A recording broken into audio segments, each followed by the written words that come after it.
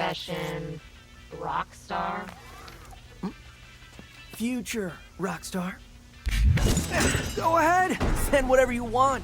See this? Peppermint and I are gonna kick your ass with your own tech. Peppermint? And if that's not enough, check out my arm. I can make a guitar and slam it down and... Hey, Kale! We got beef! Okay, screw this. Video games have come a long way since their inception, and with each passing year we see more and more titles trying to push the boundaries of what's possible, with games looking closer to real life every day. But one such game that has been making waves in the gaming community is Hi-Fi Rush for doing the exact opposite. While it may not be everyone's cup of tea, including mine, somehow it won me over. There's no denying that it's an impressive feat of game design and an absolute blast to play. In this video essay, we'll take a closer look at what makes Hi-Fi Rush so amazing, even for those who may not typically enjoy this type of game. From its stunning cel-shaded visuals, addictive Devil May Cry-esque gameplay, and a story that isn't the deepest but has a certain charm, to its innovative use of sound and music throughout the entire game. Hi-Fi Rush is a game that demands attention and respect from gamers of all stripes, hopefully sparking something within the AA gaming space that we haven't seen since the early 2000s. So whether you're a diehard fan of the genre or just curious to see what all the fuss is about,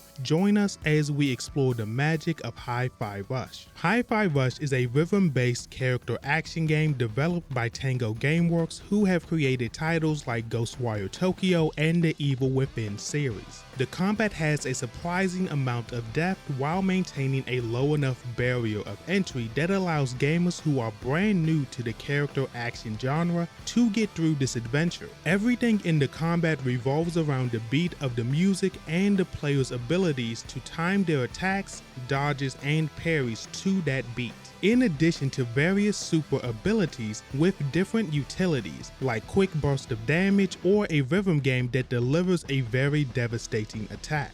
The main purpose of combos is to build up to a beat hit, which is an enhanced combo finisher that your damage revolves around.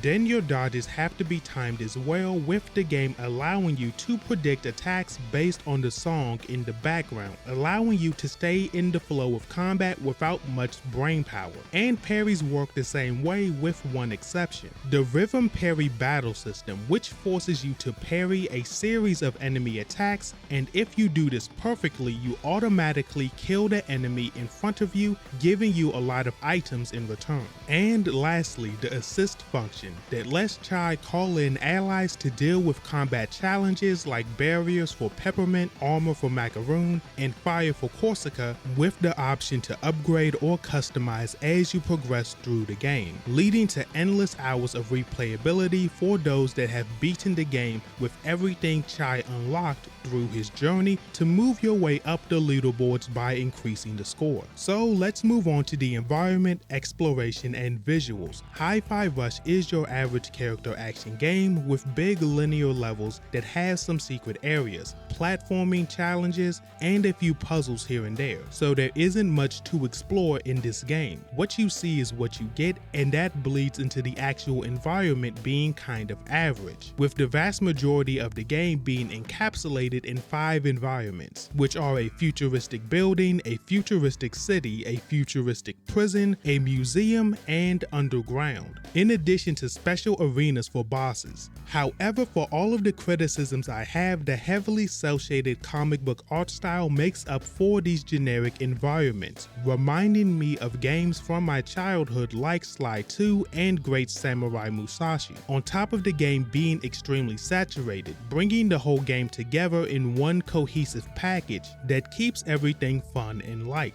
leading into the story that matches the visuals perfectly. It's a very simple premise, but it works well. You play as Chai, who starts the game by getting a brand new robotic arm from Vandelay Technologies to replace his disabled one. However, as he gets his new arm, his MP3 gets in the way and fuses with him, making Chai a defect, meaning he'll be disposed of. But fortunately for Chai, his MP3 gave him musical robot powers, allowing him to defend himself. As Chai tries to escape Vandelay Technologies campus, he meets a cat called 808 and its owner Peppermint, who promises to help Chai escape if Chai helps her stop Spectra, which is a new technology developed by the CEO of Vandelay Technologies that will allow him to control anyone with a Vandelay prosthetic or implant. So this leads Chai, Peppermint, and 808 on a journey where they gain new allies, destroy Spectra, and put Vandelay Technologies back on the path of being the great company they used to be.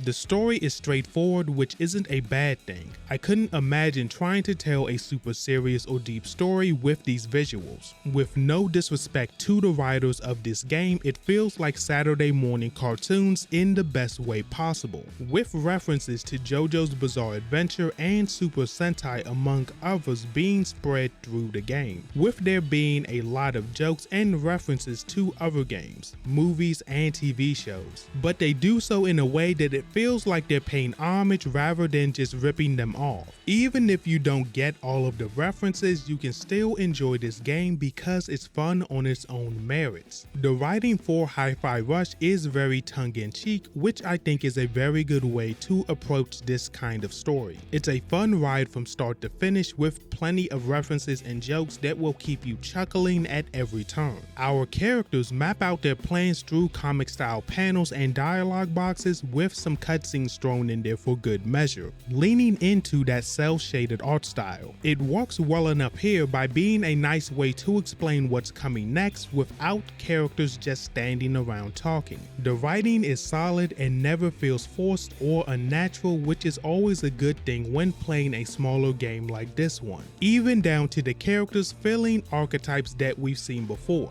but are given just enough depth to make them feel unique.